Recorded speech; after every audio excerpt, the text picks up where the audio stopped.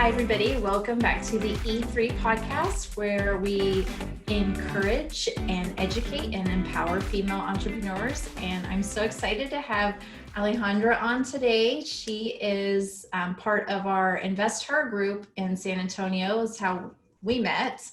And I know you're excited to be on too. So you ready? Yes. Thank you so much, first off, for having me here. I really appreciate the invitation, and I look forward to being able to give some of the knowledge that I do have in, just the entrepreneur real estate world. So I'm super excited. Well, I love your story because I feel when I read your bio, I was like, wow, I totally identify with this. So can you share a little bit about who you are and your journey through, your business and kind of where you're at right now? Yeah, so my husband and I buy and hold real estate, so that's kind of like our main focus. And we decided to start our journey about 2 years ago, literally during the summer. He was like, hey, we have to do something with our money. And I was like, what do you mean? He's like, we have to do something and so he kind of like started, reading and, browsing the internet and finding out where to invest. And real estate always kept popping up. And we stumbled across a podcast that was called Bigger Pockets, which is where I actually heard your podcast. And I was like, oh my gosh, she is so good. And really, I think that was like the turning point where we're like, it's real estate. Like, that's where we should invest. So then obviously the first deal is the hardest. So you always kind of, take some time to get into it. Looked for like 6 months and nothing made sense according to us. And then we ended up closing on our first deal back in January of 2018. And we've been investing ever since then. And we currently have 9 doors and hopefully trying to acquire more. Nice. That's not bad. 9 doors in 2 years, right? Yes. And Are you guys flipping also, or are you just buying rentals? So we are just buying rentals right now. We're at the point where we're like, hey, I think we need to make money too. Because obviously with rentals, you are getting money, but it's more like you're going to see it long term, right? And with flipping, it's like you see it right there and then. But we did do a BRRRR method on one of our rental properties. And that's kind of like where we've gotten so far on like somewhat flipping, but not really. Yeah. Okay, cool.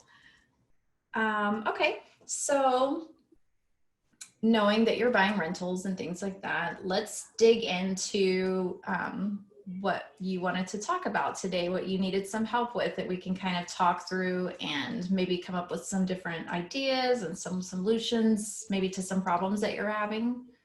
Yeah, so my husband and I have bought everything the traditional way. And we always say that's like the easy route, the route that, it doesn't really take too much creativeness that ties into that. So, once you, obviously conventional loans, you could get up to so many until they're like, hey, we can't lend you no more. And you're like, hey, why? But there's a point where you kind of have to pivot on your business and start either flipping, wholesaling, or doing something else to be able to start bringing more money in. Mm-hmm. So I feel like we kind of are getting to that point where we have to learn how to not just buy the traditional 20% down conventional way. And I think that's kind of like one of the things that we're having to learn. And that's why we try to dive deep into really going to all these different type of meetups and learning from other individuals and really just educating yourself, because self-education is very important. Definitely. So when you say traditional, how are you finding deals right now? What's your current method? So our current method is the easy way. So the way that we've been doing it is really just MLS. Well, Like, yes. So I ended up getting my real estate license because it was really hard to be able to work with my schedule and my husband's schedule because we both had full-time jobs. And we were like, when is a realtor ever going to be available? Because if we see something that goes live, like we want to go see it right there and then. So it kind of just made sense for me to get my real estate license. I just randomly one day told my husband, I was like, I'm getting my license. And then he's like, you are? And I was like, I already paid for it. If you pay for it, you have to do it.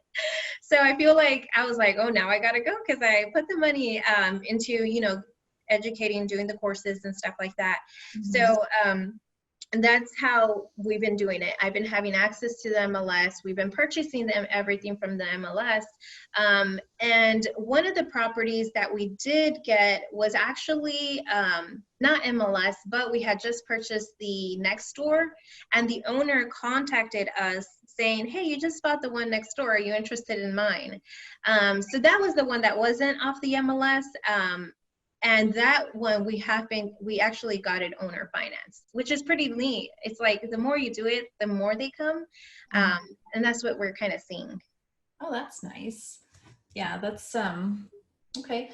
So now that you are an agent too, so are you listing any properties too, or are you just using it mostly just to get access to the MLS and to be able to purchase properties that way for your business?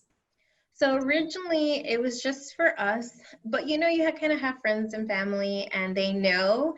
And then I started kind of like advertising, and trying to help others, but mainly right now I've helped a lot of friends and family.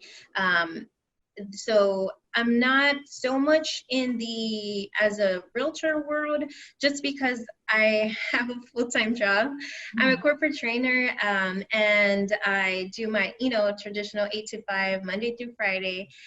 So wanting to ideally, my ultimate goal would be if in the near future become a full-time agent, really investor, because that at the end of the day you are investing to be able to move into a particular direction.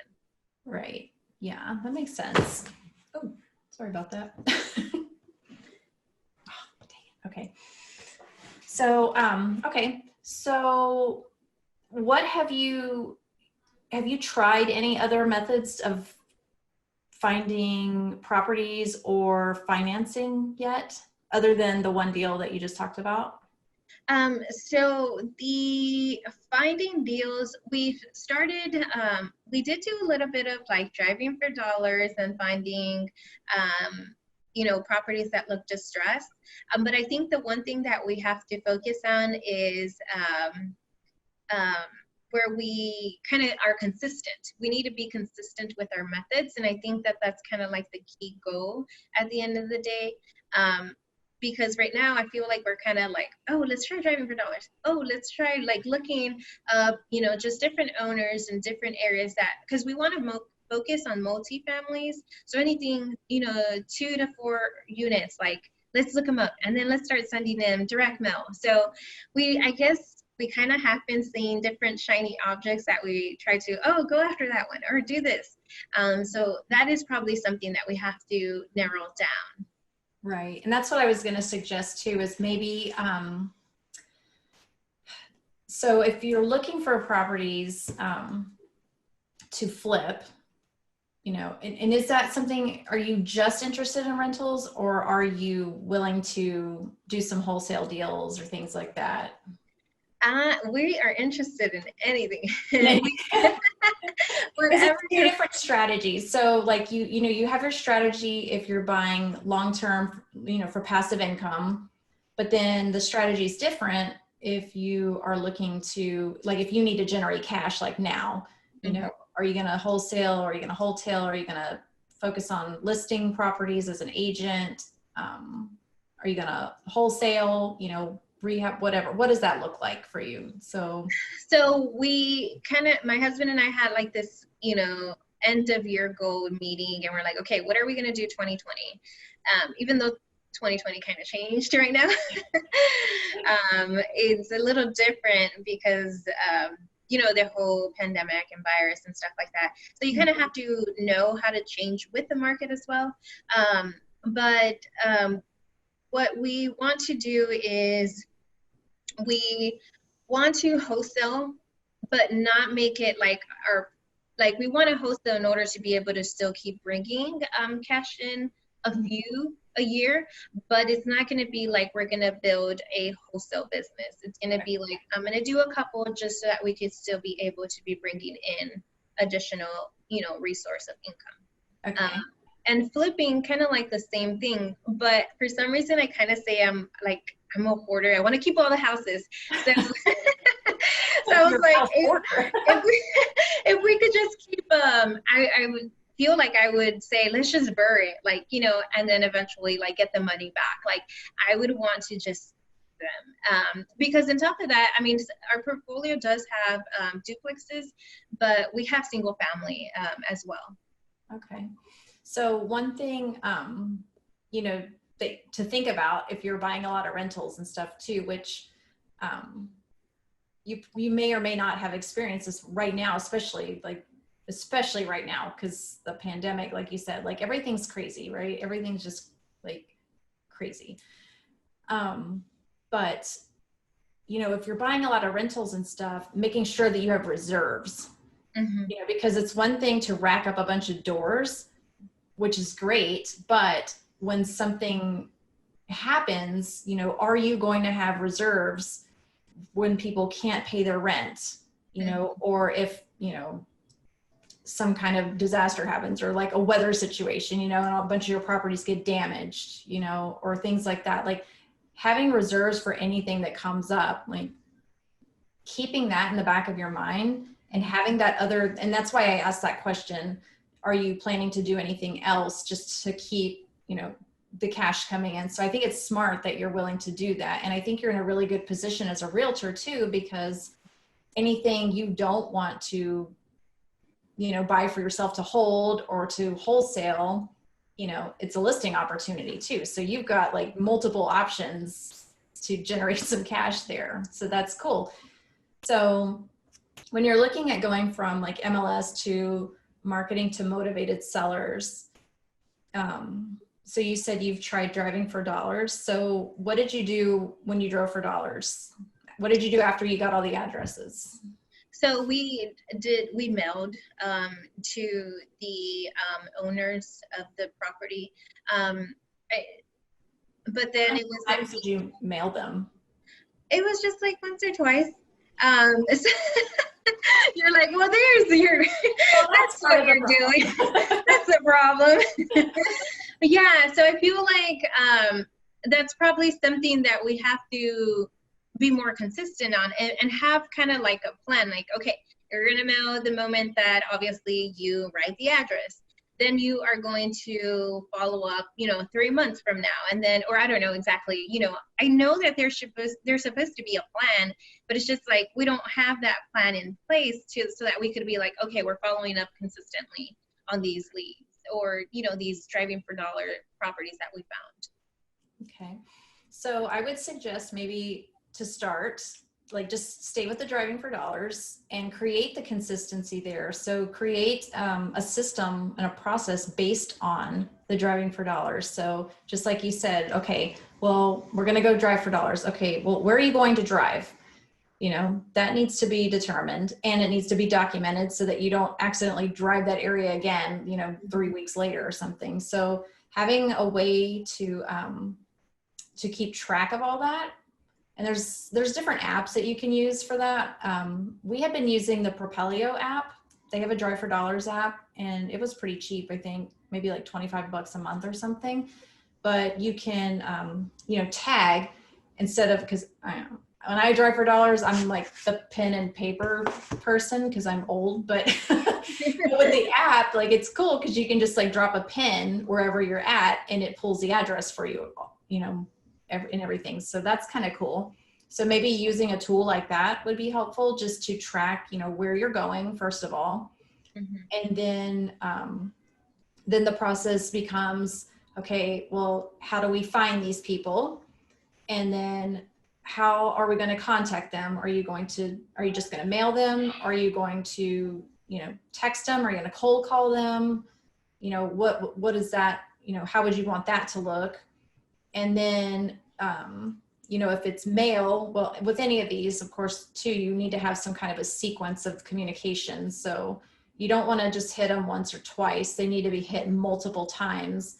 And I'm a big fan of hitting them in multiple ways too. So maybe a letter and then a postcard, or maybe like a phone call and then a letter and then a postcard and then another letter and then another postcard, and then maybe a follow-up phone call or text or something. But, kind of play with that sequence too, and make sure that you're hitting them and set up reminders for yourself. Like, okay, here's the list from January 1st or whatever. And it's been 4 weeks and now we need to mail, we need to hit them again. So what are we doing? Are we calling them? Are we texting them? Are we whatever? But building like a solid process around that. So then you can start to, as those leads start coming in, if they start contacting you, then you can determine what the exit strategy is for those. Like, is this like a rental property for us? Would this be a good wholesale? Would this be a great listing? And that's where you're in such a good position, because it's like, well, maybe they don't want to sell the house cash, but they do want to get rid of it and they want to list with a realtor. Well, hey, guess what? I'm a realtor too. I can help you, So there's an opportunity there to like kind of double dip, I guess. And see how that goes, but just, set up that process and then follow it all the way through and then see how it worked for you. But definitely like having a process. So knowing again, where you're going, how you're going to communicate with them, how often you're going to communicate with them. Like those 3 things are important. And then using some of those tools like the Propelio app or something, or like some kind of list management software like PropStream or something like that could also be helpful, and just keeping all that organized, because it does get overwhelming after you drive a lot, you have like all these addresses, and it's like, oh, did I mail them already? Did I call them? What did I do? How do I manage this? And like sometimes spreadsheets just aren't enough, but there's a lot of really good tools out there that can help you manage all of that. So is that app the only thing that you currently use, or do you have a system in place where you kind of like do you just do like spreadsheets to be able to keep all your, like, I guess, the database? Yeah, we have, it's kind of, they all kind of work together. So we do have a spreadsheet. You can put all the addresses, like the Propelio, like the addresses are in there when you drive for dollars, but then you can actually export all those.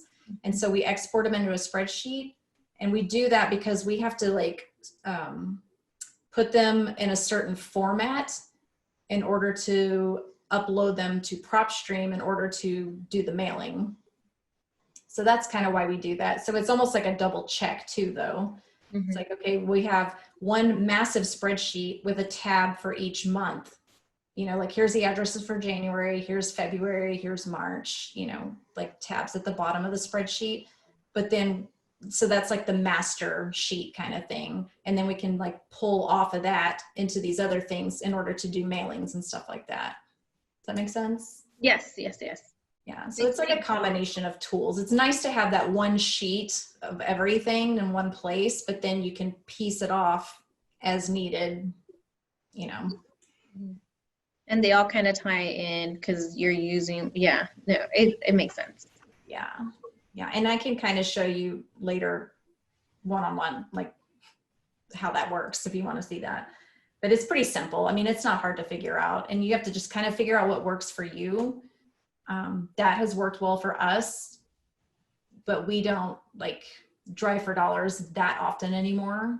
I mean, we still do it, but it just kind of depends on how much you do it. And if that list gets too overwhelming, then, you might need to look at other ways of doing it. But for us, that's worked. So I think it just depends on like how much you're doing it.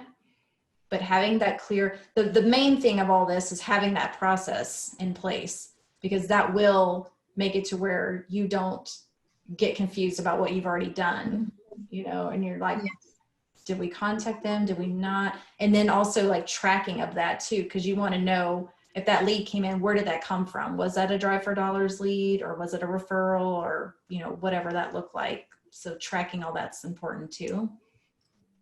Do you have a kind of like how often do you reach out to them, or do you like, you know, I obviously you want to do it more than once or twice. Yeah.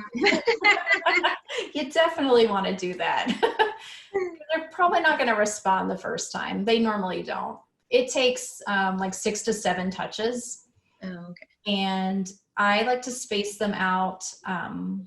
Like the Drive for Dollars ones, I think we do about 6 weeks on those. So 6 weeks in between each touch.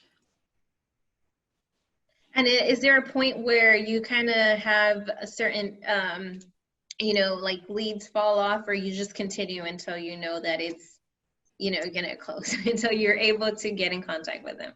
Yeah, like, so for us, and I would recommend this too, especially again with you being a realtor and having the opportunity to list properties, if you choose to do that, which I would if I were in your shoes, just because it's like you're already out there doing the work, generating leads anyway, so you may as well like squeeze every bit you can out of it. Yeah. But yeah, I think I totally just lost my train of thought. I'm gonna edit this one out. That's okay. It happens. We were talking about how I used to, I lost my train of thought too. This is terrible. I got distracted because I can hear him shooting the game again, and it's driving me crazy. I don't know how this is going to work. Yeah. I think we were talking to, we're not rewind it. I was thinking about you being a realtor and being able to list the properties. Yes, and how like you're already doing the work. Why not, you know, just end up listing it if it doesn't work? Maybe that's what you're saying. Yeah, I guess that's kind of the point of all of it, right? It's like if you're already doing the work to list the properties, then, or to find the deals, then you may as well take advantage of it. But there was something else I was going to say about that I just completely went out of my head. Anyway, okay, we'll scrap that part. Okay. Whoever's doing this, edit that out. So the other thing that we were kind of going to talk about was the financing part of it, because if you're getting traditional financing right now, like how has that been for you, you know, going through that? Like, is that a complicated process? Is there a lot of money that you're putting out to do that? So yes, there is a lot of money being put out, but the one thing that has been beneficial for my husband and I over the years is that we've always been very frugal and we don't waste any money. We try to save as much money, and that's kind of how we were able to start investing, because we decided to just save and save and save, and we got to a point where we're like, hey, what are we going to do with all this savings? And when we had to start, you know, decided to start purchasing properties, the traditional way, you just kind of give 20% down for your investment property based on what, you know, the price is. And we were able to acquire a couple using, you know, the traditional conventional loan financing way. But then obviously, yes, we still have, you know, money in reserves and all that, but you kind of, the banks at some point start kind of like, questioning a ton of stuff. And especially, I think more it's because we've acquired them so fast, that they're kind of like, in order for me to use your rental income, you have to be a landlord for 2 years. Or in order to use your realtor income, you need to be a realtor for 2 years. So like, we do have income coming in from different sources, but the bank is not gonna, you know, consider that income just yet. It just depends. You have to kind of get with the lender that's going to be more creative to be able to do that as well, you know. So being able to purchase the traditional way has been really easy for us, but we know that we're kind of getting to a point where we have to find additional ways to get financed. And we have a couple of private lenders that are interested, that kind of see and what you're doing and your credentials and all that. Oh, okay. At the beginning, I feel like they kind of don't really see the potential of what you're building or trying to do until they see you doing it once or twice, and they're like, okay, I know what you're doing. And then I feel like that's when they gain confidence to be able to lend and be able to really grow their retirement, if we are using any type of retirement accounts. Right. So have you worked with any private money lenders or just had some interest? Had interest. We've had interest. So at this, we're kind of like, okay, well, we need to find deals. But I do feel like if for some reason we stumble across something and the private money doesn't come through, I feel like we have to find a deal that's so sweet that we would be able to just either do hard money or really do our money as well, and then just try to either BRRRR to get the property back, the money back out, or I feel like there's just so many ways, but at this point we just have to find the deal. Right. So part of this is like the keep it simple thing too, which I'm a big fan of, just because things get complicated already anyways. So keeping it simple is, I don't know, it's a good way to do things. And especially if you, like you said, there's so many ways to do all this stuff. So it's like, you've already done the conventional thing. So you know how that works. So that's good. So now it's time to move into something else. And I am always an advocate for private money, just because it's cheaper for one, and it's a lot easier to get, I think, than people realize. I think they think, well, that's, I don't know anybody with money, but you'd be surprised, right? Like how many people have money. And the more you're out there talking about, you can't solicit this because it's illegal. Like you have to be very careful of how you ask people for money for this kind of thing. But you're 100% right. Like once you're able to show a good track record, you do a couple of deals and you show them the numbers, and like you put something together that actually shows them, like, because I remember when we were first looking for private money lenders, like I made this crappy little like presentation thing or something. It was bad. And it looked bad. I think I made it in Word or something. It was awful. But it got the job done, right? Because, I would put like a before and after picture and then show, okay, the numbers, because that's, that's important for them to see and like understand what the return is going to look like, especially for somebody that's not a savvy investor. Most private money lenders, like they're just people that have money that they just don't, they want to put it to work, but they don't really want to invest in the stock market, and they don't really understand like how the real estate investing stuff works. So the more you can educate them and make them feel comfortable and show them, like, so I remember like putting together like the before and after, and then like, this is what we bought it for. This is how much we spent repairing it. This is how long it took. This is what we sold it for. This is all of our expenses. And this was our net profit, and over time, like that gets impressive after you do a few deals, especially after you do a couple, because it's like, okay, well,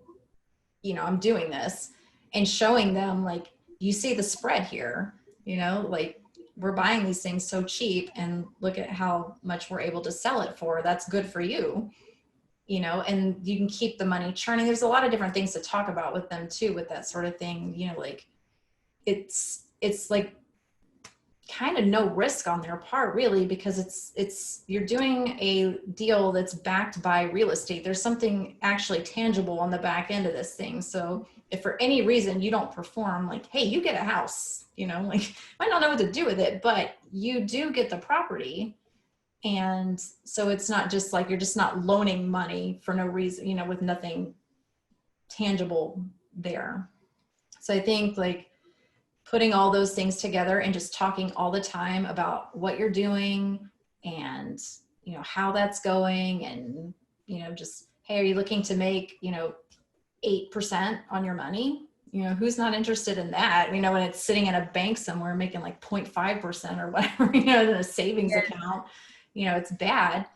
And I think, and then teaching them too, like you can invest out of an IRA or even 401k.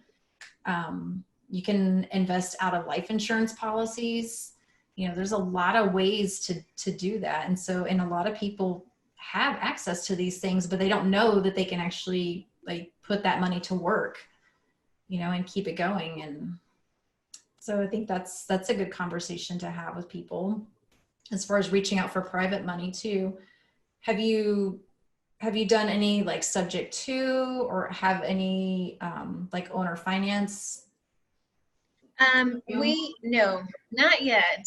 But those are areas where we find interest and that we've tried to educate ourselves a little bit in it, just to make sure that you know what you're doing. Yeah. Yeah, so not yet. We haven't done any sub-twos or any of those. Okay. Is that something that you guys would be willing to learn more about, like subject to or private money or? Yeah, I mean, ultimately, we would love to really just submerge ourselves in the real estate world. I don't know if it's because we're like in the honeymoon phase still, but we love it. It's really, I feel like, beneficial, and we see that, at times, or at least the way that we're doing it right now, we're going to see a big, we're going to see that big, I'm sorry, actually, I forgot what I was saying. You have to cut that. I can cut that out too. You're like, oh no, she's making me cut too many things. No, it was me the last time. We're 1 for 1 now. We're just gonna, let's see, where was I? That we're gonna see a big, what's the word? You know what I'm trying to say, right? Yeah, like the bigger returns, like. Yeah, we're gonna see a bigger return, and we're gonna see why it's so beneficial. And in the long run, we're just gonna see the advantage of starting when we started and why we did it.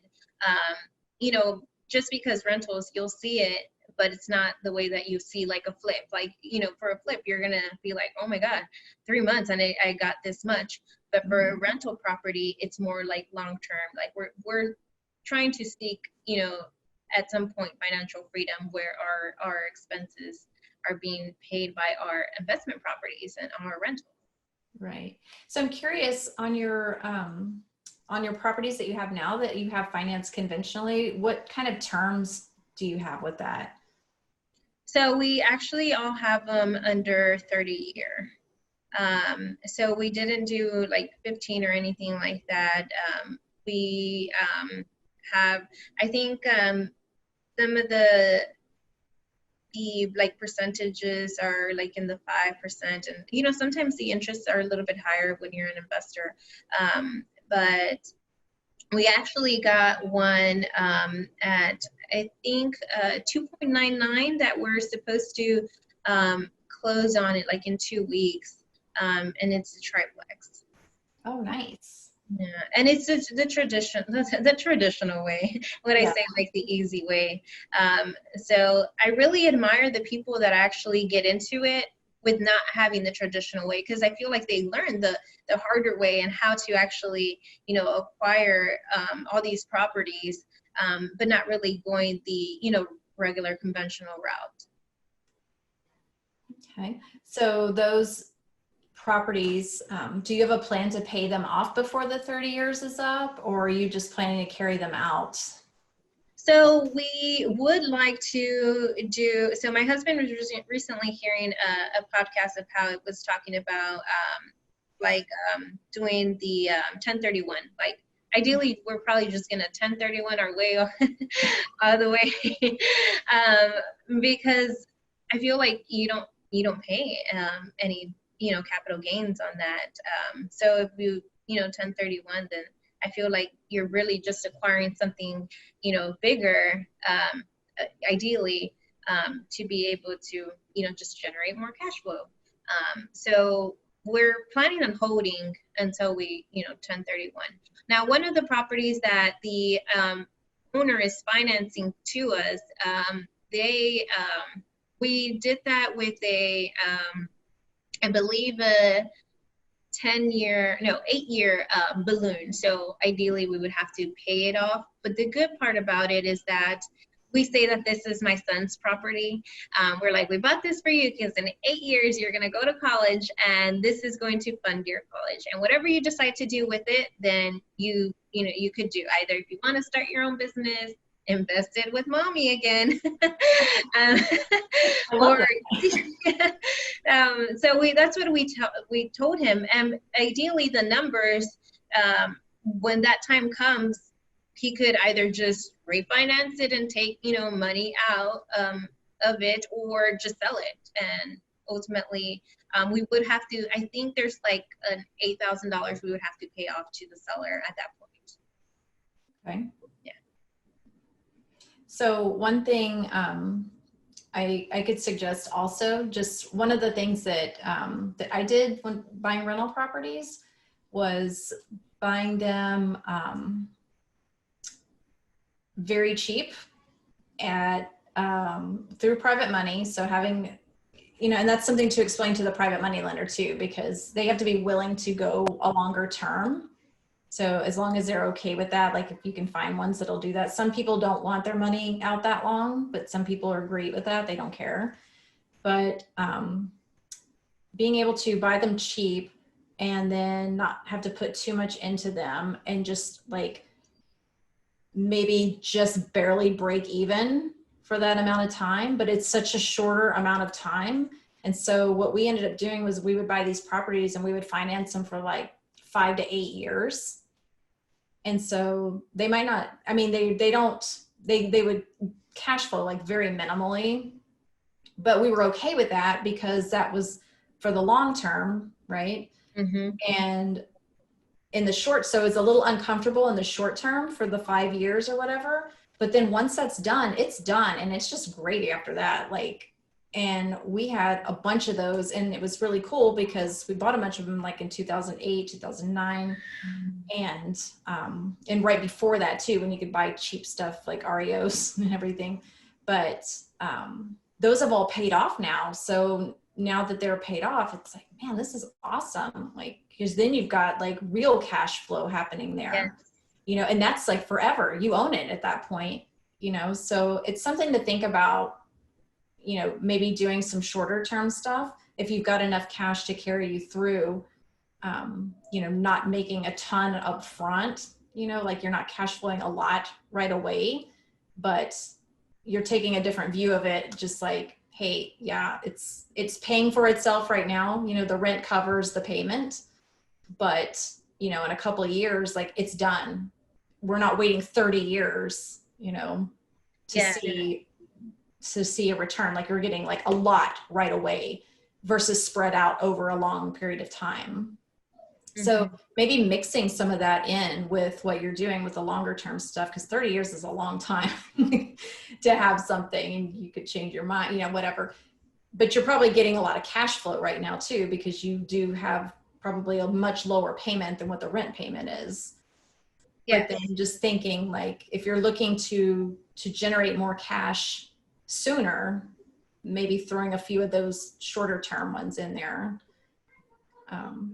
could help. And that combined with doing some wholesale deals and maybe some listings, just to keep the cash in, to keep those reserves up as you're buying more long-term stuff in multifamily too, which, those properties are more expensive and a little bit more to manage, and that's a whole nother animal too. So maybe thinking about that too. It's like, if you are going to move into multifamily, how are you going to get there? Yeah. So I think that's still a little bit unclear. Reason being is that we really find that our sweet spot is like like a duplex to a fourplex. Mm-hmm. And we're like, literally, if we just acquire duplexes and fourplexes, like that would be like ideal. But like you did say, there is more property management for that versus just getting a giant, apartment complex. So I think that's something that we kind of have to way as we kind of start scaling. But one of the things that, because I feel like you always have to be ambitious and want to do more. And, so one of the things that my husband and I would ideally want to do in the near future is have our own property management company, just because we actually enjoy it. Like, we enjoy that side. And I know a lot of people are like, oh my God. I know when you said that, I'm like, ooh, I hate that part. You're like, no. I did that for years and I did not like it. And I don't know if it's because I feel like I'm kind of a people person, and I enjoy the process of just, I really I don't tell my tenants obviously that I'm the owner, but I tell them that I am the property manager on the property, and I, lay out all these expectations and all that, and I feel like we have a really great relationship. Or at least I do, because I really don't bring my husband into the picture. But I feel like we do enjoy that process. So even if we were to, just scale in the duplex to fourplex, like, it would be something that we would still be overseeing. Okay. So you're not looking, maybe I misunderstood. Are you looking to get into like larger multifamily, like apartments and stuff? Or are you more just trying to stay in the duplex, triplex kind of thing? So I feel like we kind of have to see how it goes. If we do 1031, obviously it would be scaling into a much bigger, apartment, like an apartment complex, or instead of a duplex, doing a 10 unit, or so I think that we're open to, if that opportunity comes, if we stumble across a, 10 doors and we're like, we need to buy this, I feel like we would purchase that. But ideally, like, if, we could have a large apartment complex, then, I mean, that's on my vision board, actually. It is. It's on my vision board too. That would be kind of like, I don't want to say that end goal, because you'll never have an end goal. I feel like you'll always want to like evolve as you evolve, but that we would want to scale to that degree. Okay. So back to the driving for dollars thing real quick, because something else just occurred to me. When you guys are driving for dollars, are you looking for single family properties, or are you looking for duplexes? We've done both, and I think that the reason we've done both is because obviously you'd want an opportunity to go by when you're like, oh, hey, this is a single family, but it looks super distressed, and maybe we could potentially flip it, although we have not jumped into that just yet. But I feel like we kind of, I think it's more neighborhood based. We're in love with the South Side. That's kind of like, I don't know, I was born and raised in San Antonio, so I feel like the South Side, I'm like super comfortable, and I know a lot of people are just kind of like, oh no, South Side. But I feel like if you're comfortable with a particular area, you just kind of like love those neighborhoods, and you're just like, this is where I know that I want to purchase. So I think it's more neighborhood when we drive for dollars versus targeting like either single family or duplex. Okay, because that could be something too to think about as you're putting that plan together. It's like, here's the drive for dollars plan, like here's where we need to go, and here's how, because it might look a little bit different picking up those type of properties versus the single family. I mean, maybe not 100%, but I think there's maybe a little bit more convincing that has to be done on the other one, the multifamily type properties, if they're not like obviously for sale or something like that. But that could just be my perception of things. I've only owned one duplex, so I'm not an expert on multifamily by any means, but definitely like just maybe separating those two also. Okay. Thinking about that too, because that exit strategy is going to be a little bit different with the single family. You have the opportunity like to list it wholesale or whatever, and I guess you do with the other ones too, but since you have a plan to pick up more of those, that's a little bit different maybe. So the follow-up might be a little bit more intense for those.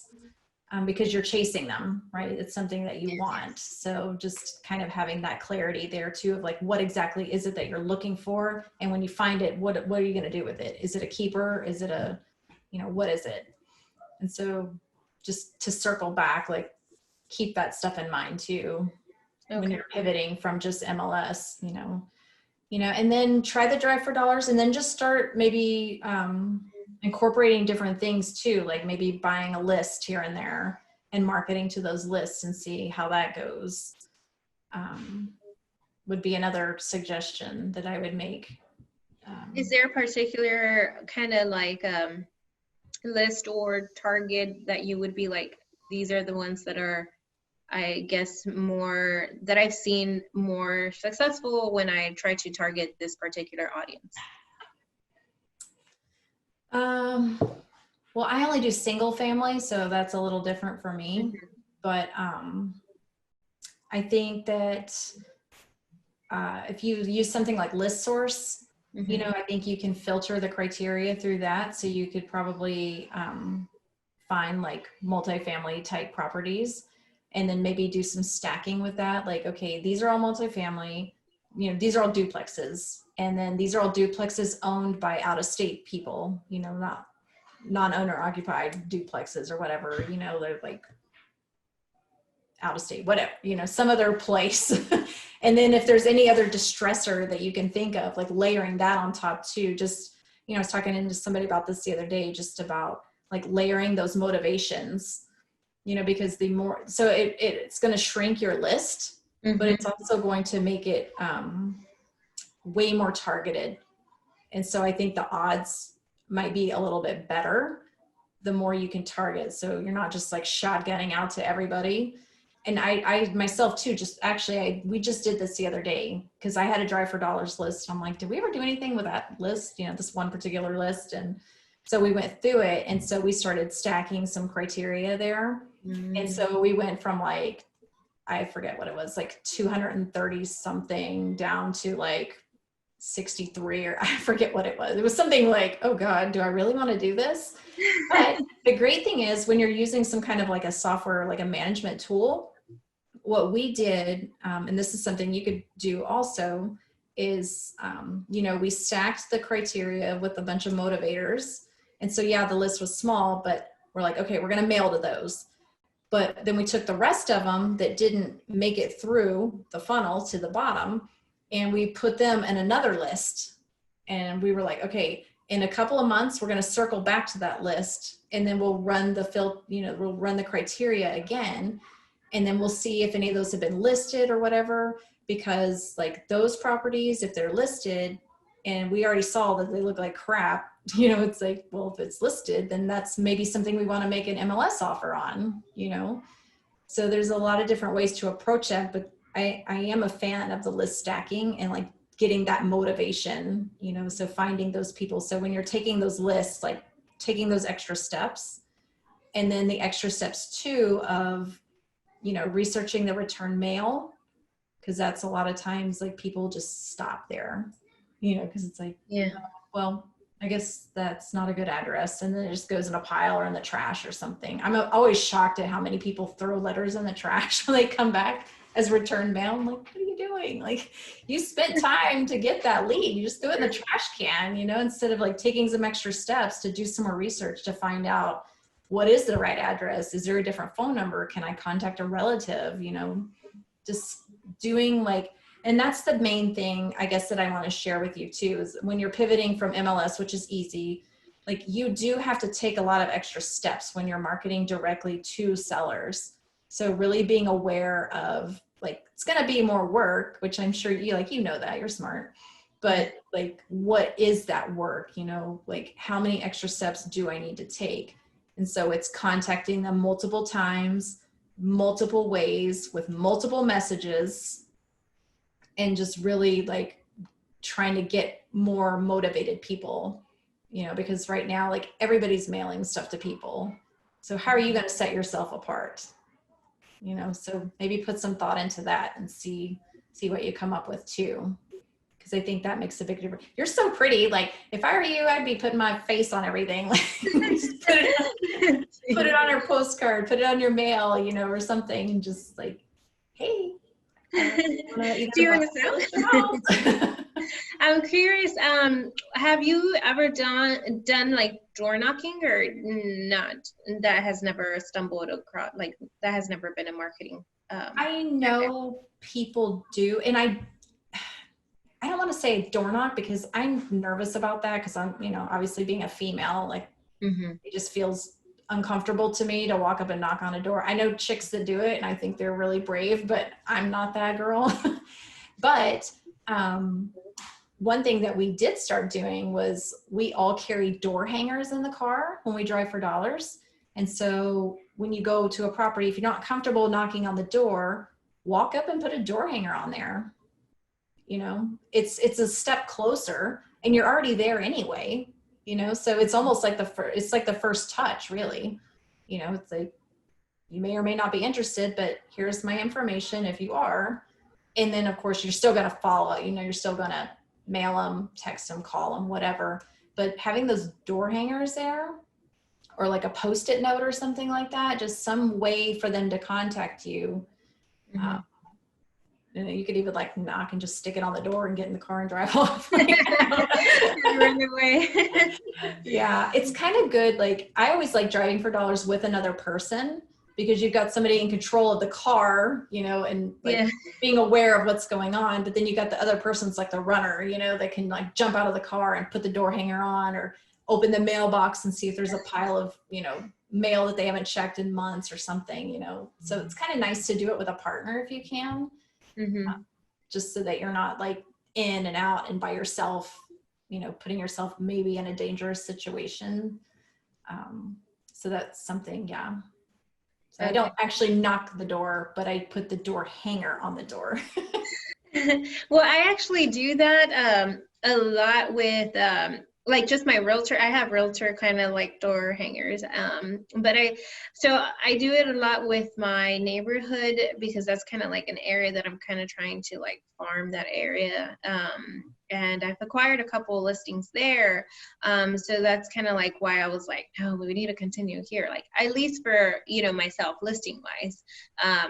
But you see, if it works for listings, it could work for properties for yourself too, right? You just change the message. Don't use your realtor door hanger. Make a new one. Yes.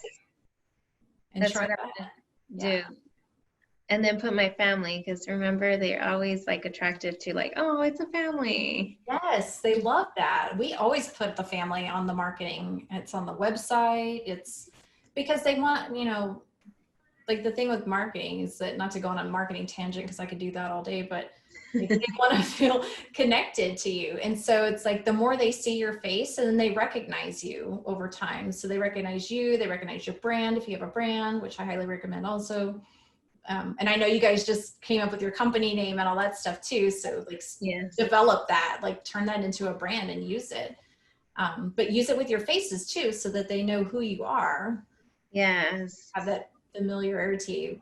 But yeah, I'm definitely an advocate of using your face on stuff. Getting out there. Yeah, it's not like some random person at that point, you know. It's like, oh, I remember seeing that girl. You know, remember, yes. I remember you. So yeah, but use, you know, I know you do it as a realtor, so don't be afraid to do it on your marketing to motivated sellers too. Yeah, no, definitely. That's our kind of like our next step, because our, like you mentioned, we just you know, like opened up our LLC, so we're pretty excited to like start branding and, you know, putting all this content out for ourselves, you know, for the investment side. Yeah. One other side note with that too, make sure you get a different phone number. Oh, yes. That way you can track it. Oh, okay. Okay. Yeah, because you're going to want to know if it's like, if it's from your realtor marketing or if it was from your house buying marketing. And do you use Google numbers, or do you use Google numbers? CallRail. So in CallRail, you can have multiple phone numbers. And so actually what I have is I have phone numbers for all my different marketing channels. So if I'm doing a door hanger, that's got one phone number on it. Website's got a different phone number. AdWords has a different phone number. Probates have a different phone number. That way, when they come in, I know exactly what the source was without having to ask them, because they called from that particular number, and it's traced in CallRail, so you can you can see it, you can listen to the phone call, you can like have a good record of where everything is coming from. So that's really important too, especially since you're doing both, just to be able to have that separation there. So maybe have like a Drive for Dollars phone number, so when you're doing mailings or anything like that, that they call from a Drive for Dollars. Your postcard has a different number. Your door hanger's got a different number. So, and it's not expensive, but it helps tracking so much easier, because then you know what's working and what's not working. Okay. Yeah. I like that. Cool. Well, I hope that this was helpful for you. I know it was fun for me to get to know you a little bit better. Yes, thank you so much. Yeah. Would you like to share with everybody kind of where they can find you if they want to get in touch, or list their house, or talk about duplexes? Oh yes, of course. So I am on social media. I am on Facebook. So I have a realtor account, and it's Alejandra Martinez Realtor. And then I do have an Instagram that's kind of combined with my husband, and it's called alejandra.greg. Texas Real Estate. But either way, like Melissa said, she's going to link it down. Yeah, I'll share the links for that. Well, thank you so much for coming on and sharing everything, and being willing to open up about what you're doing and where you need help, and letting me hopefully give some good advice there. Yes, for sure. Awesome. Well, thanks again, and that's it. Thank you so much.